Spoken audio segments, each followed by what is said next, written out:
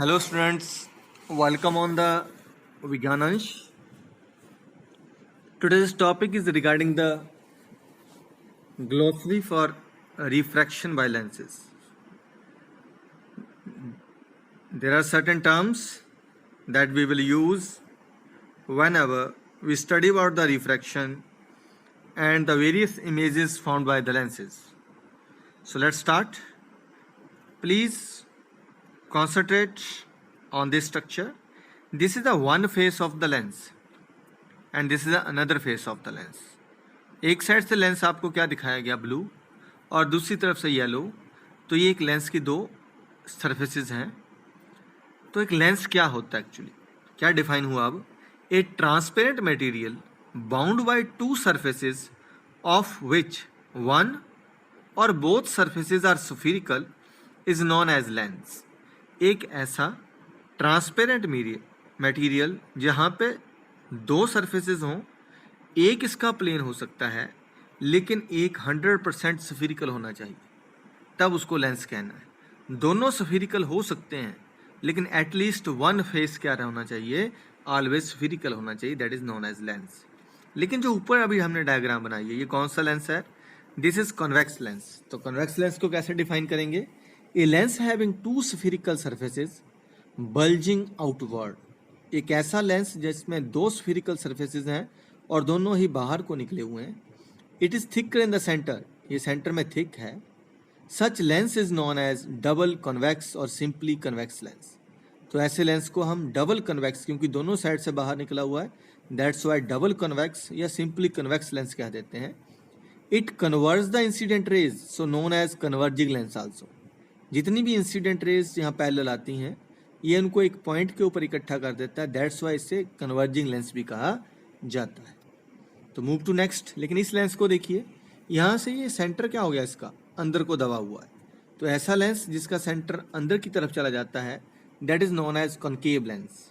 ए lens having two spherical surfaces curved inward, यहाँ inward आया है. It is thinner in the centre and thicker at the corner. देखने से लग रहा है सेंटर से थिन है और कॉर्नर से थिक है. तो such lens is known as double concave or simply concave lens. It diverse the incident rays, so known as diverging lens. तो जितनी भी रेज इसके ऊपर पड़ती हैं इनको फैला देता है, इसलिए इसको डाइवर्जिंग लेंस कहा जाता है. कुछ और लेंसेज पे करते हैं अभी. इस लेंस में देखिए, एक साइड से प्लेन लाइन आई है और दूसरी साइड से ये ब्लू लाइन इसको बल्ज आउट कर रही है. तो जिधर से प्लेन है दैट इज साइड प्लेनो, और यहाँ से बाहर निकला वो क्या बन गया, कन्वेक्स. तो नाम क्या बन गया, plano convex lens. A lens having one plane surface and one spherical surface bulge outward. It is thicker in the center and thinner at the corner, so it is known as plano convex lens. Second को देखेंगे आप जरा, यहाँ देखेंगे, और एक side plane है लेकिन दूसरी सरफेस अंदर की तरफ जा रही है, इनवर्ड बल्ज. तो that's why it is known as plano concave lens. A lens having one plane surface and one spherical surface curved inward. It is thinner in the centre and thicker at the corner, so it is known as plano concave lens. इसके सिवा एक और term हम mostly use करते हैं, thin lens with small aperture. ऐसा lens जिसकी aperture उसकी फोकल लेंस से छोटी होती है, उसे हम thin lens with small aperture कहते हैं. तो कैसे डेफिनेशन लिखनी है? A lens having very less aperture than its focal length.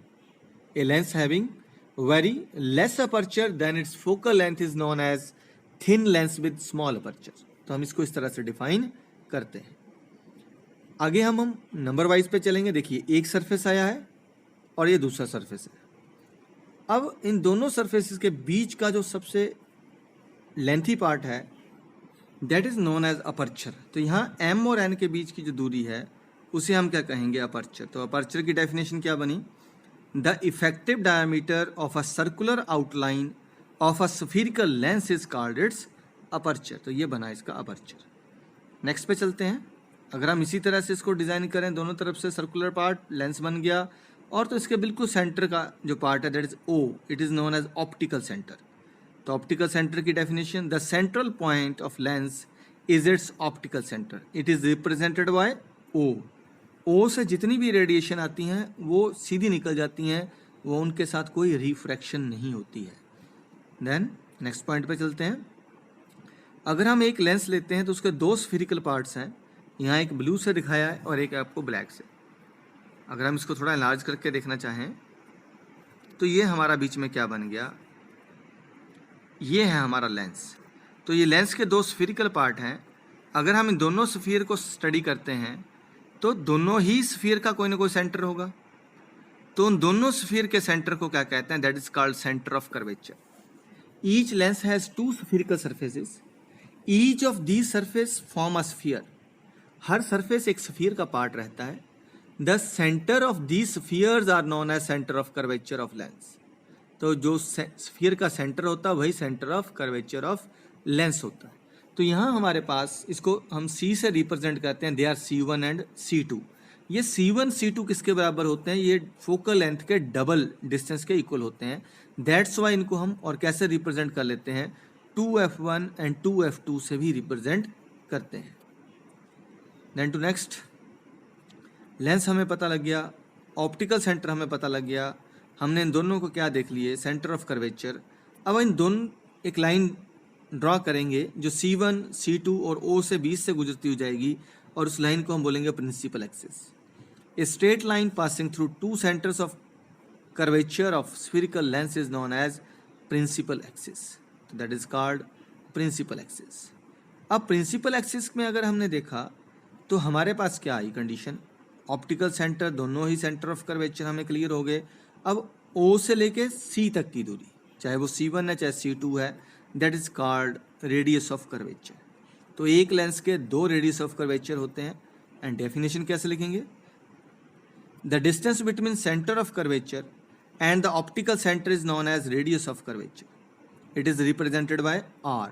तो इसको हम R से रिप्रेजेंट करते हैं। यहाँ फिर दोनों सरफेसेस आपको दिखाए जा रहे हैं। जब हमने दोनों ही तरफ दो ऑब्जेक्ट रख दिया, आपको बताया था C1 को 2f1 लिखते हैं, C2 को 2f2 लिखते हैं लेंस में जब हम इमेज डायग्राम बनाते हैं। तो हमने क्या किया, हमारे प्रिंसिपल एक्सिस के पैरेलल इंसिडेंट रेज आ रही हैं और ये रिफ्रैक्ट होने के बाद फोकल एक पॉइंट के ऊपर प्रिंसिपल एक्सिस को कट कर रही हैं। सिमिलरली सेकंड रे आई और ये यहाँ कट की, जिस जगह पे ये कट करी वो बना हमारा F2, ये बना प्रिंसिपल फोकस। लेकिन अभी तो रेज कहाँ से आ रही थी, C1 की साइड से। अगर रेज C2 की तरफ से आएंगी तो ये कहाँ कट करेंगी, F1 पे आके कट करेंगी। तो ये बन गया हमारा principal focus.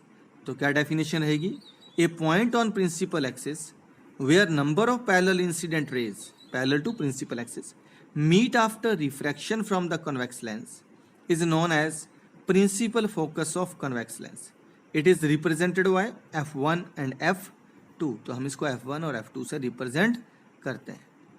Then in the other case इसी में चलते हैं हम, हमें पता लग गया O है, F1 बना गए हैं। अब हम दोनों के बीच की दूरी देखेंगे कि O से F1 की दूरी या O से F2 के बीच की दूरी जो है उसे क्या कहना है। ये तो हमें पता लग गया कि प्रिंसिपल फोकस से ये फाइंड की थी। लेकिन अब फोकल लेंथ क्या चीज़ हुई, O से F1 या F2 के बीच की दूरी को क्या बोलना है आपने, फोकल लेंथ। तो ये येलो लाइन से आपको रिप्रेजेंट की जा रही है। The distance between optical centre and principal focus is known as focal length, it is represented by small f। तो ये जो बीच की दूरी है येलो से रिप्रेजेंट की है, this is the focal length. In the case of, अगर हमने कॉनकेव लेंस के रे डायग्राम पढ़े तो हमने क्या देखा कि जो रे रिफ्रैक्ट होके कहाँ चल जाती है, डाइवर्ज होती है। लेकिन हम उसको एक्सटेंड करें बैक साइड को तो ये F1 पर किसको कर रही है, प्रिंसिपल एक्सिस को मीट करती है। सिमिलरली सेकंड रे को देखते हैं, ये डाइवर्ज होके बाहर जा रही है बट मीट कहाँ कर रही है, F1 पे। तो आप किस तरह से डिफाइन करेंगे कॉनकेव लेंस के केस में, principal focus of concave lens क्या लिखना है, when number of parallel incident rays to principal axis diverge from a concave lens after refraction. तो क्या पढ़ा हमने कि number of principal incident rays to principal axis diverge, बाहर को चली जाती हैं रिफ्रैक्शन के बाद। These refracted rays appear to originate from a point on principal axis. अगर आप इस येलो लाइन को देखते हैं तो लगता है कि ये रेज जो बाहर को गई थी ये कहाँ से पैदा हो रही हैं, F1 से बाहर को निकल रही हैं। समझ गए। तो ये कहता है that point is known as principal focus of concave lens, it is represented by F, तो इसको भी हम एफ से ही लिखते हैं। अगेन दो हो जाएंगे, F1 एंड F2। अगर रेज किधर से आ रही हैं, C1 की तरफ से, तो इधर से आएगा, C2 की तरफ से आएंगी तो दूसरी तरफ बन जाता है। तो ये थे वेरियस टर्म्स रिगार्डिंग लेंसेज। पढ़ते रहिए, बढ़ते रहिए।